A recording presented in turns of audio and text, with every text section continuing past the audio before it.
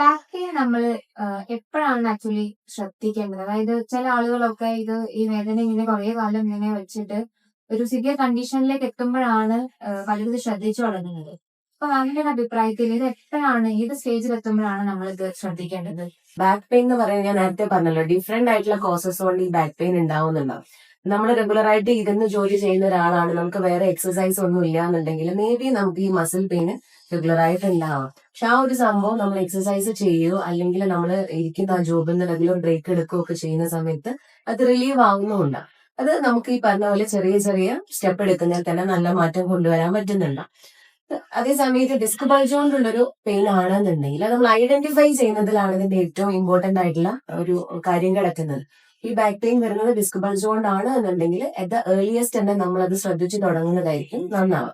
അതിൽ തന്നെ ഏറ്റവും നമ്മൾക്ക് അവോയ്ഡ് ചെയ്യാൻ പാടില്ലാത്ത ലക്ഷണങ്ങൾ എന്ന് പറഞ്ഞു കഴിഞ്ഞാൽ, നമുക്ക് ഈ പെയിന് കാലിലേക്കൊക്കെ ഇറങ്ങി വരുന്നതായിട്ട് തോന്നുന്നുണ്ടെങ്കിൽ, അത് ഒരു വള്ളി വലിക്കുന്ന പോലെ എന്നൊക്കെ പേഷ്യൻസ് പറയാറുണ്ട്.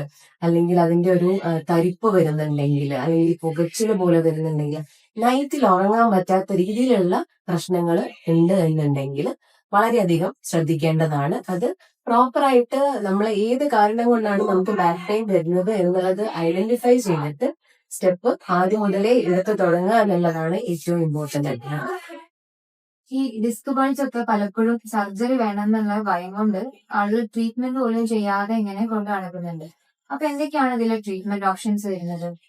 ഡിസ്ക് ബൾജിന്റെ സർജറി എന്ന് പറയുന്നത് ഏറ്റവും അവസാനം ചെയ്യുന്ന ഒരു ട്രീറ്റ്മെന്റ് ആണ്. അതായത് ബാക്ക് പെയിൻ ഉള്ള ആളുകളെ മൊത്തം നോക്കുകയാണെങ്കിൽ ലെസ് ദാൻ 1% ആൾക്കാരിലാണ് സർജറി ഒരു നെസസിറ്റി ആയിട്ട് വരുന്നത്. അല്ലാതെ കൺസർവേറ്റീവ് ആയിട്ട്, അതായത് നോൺ സർജിക്കൽ ആയിട്ടുള്ള ട്രീറ്റ്മെന്റ് ഓപ്ഷൻസ് ആണ് നമ്മൾ ആദ്യം ട്രൈ ചെയ്യുന്നത്. അതിൽ മെഡിസിൻസ് ഉണ്ടാവാം, ഫിസിക്കൽ തെറാപ്പി ഉണ്ടാവാം. ഫിസിക്കൽ തെറാപ്പി തന്നെ നമുക്ക് ഒരുപാട് അഡ്വാൻസ്ഡ് ആയിട്ടുള്ള ട്രീറ്റ്മെന്റ് ഓപ്ഷൻസ് അവൈലബിൾ ആണ്. സ്പൈനൽ ഡീകംപ്രഷൻ ട്രീറ്റ്മെന്റ് പോലെയൊക്കെയുള്ള ഒരുപാട് ട്രീറ്റ്മെന്റുകൾ ഇപ്പോൾ അവൈലബിൾ ആണ്. സർജറി ഇല്ലാതെ തന്നെ നോൺ സർജിക്കൽ ആയിട്ട് നമുക്ക് ട്രീറ്റ്മെന്റ് ഉണ്ട്. അപ്പൊ ഇത് ആരും ഡോക്ടർമാരൊന്നും സർജറി പറഞ്ഞിട്ടൊന്നും ഉണ്ടാവില്ല. പക്ഷെ അവിടുന്നും ഇവിടുന്നും കേട്ട കാര്യങ്ങള്, അല്ലെങ്കിൽ നമ്മൾ മുന്നേ വേറെ നടുവേദനയുള്ള ആൾക്കാരെ സർജറി പറഞ്ഞിട്ടുണ്ട്, അങ്ങനെയൊക്കെ വെച്ചിട്ട് എനിക്കും അതേ കണ്ടീഷനാണ്, എനിക്കും സർജറി വേണ്ടി വരും എന്ന് വെച്ച് സെൽഫ് ഡയഗ്നോസിസ് ചെയ്യുന്ന ഒരുപാട് ആൾക്കാരുണ്ട്. അങ്ങനെ ചെയ്യാതിരിക്കുക. ഇപ്പൊ ഡിസ്ക് ബൾജ് ഉണ്ടെങ്കിൽ ഞാൻ നേരത്തെ പറഞ്ഞില്ല, അതിന് ഡിഫറെന്റ് സ്റ്റേജസ് ഉണ്ട്. അപ്പൊ ആ സ്റ്റേജസിനനുസരിച്ചിട്ടാണ് നമ്മൾ ട്രീറ്റ്മെന്റ് തീരുമാനിക്കുന്നത്. ചില കണ്ടീഷനിൽ സർജറി ഒഴിച്ചുകൂടാൻ പറ്റാത്തതുണ്ടാവും.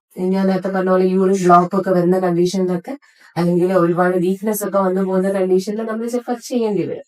പക്ഷെ മോസ്റ്റ് ഓഫ് ദി കേസസിലും അതില്ലാതെ തന്നെ നമുക്ക് മാനേജ് ചെയ്യാൻ പറ്റും.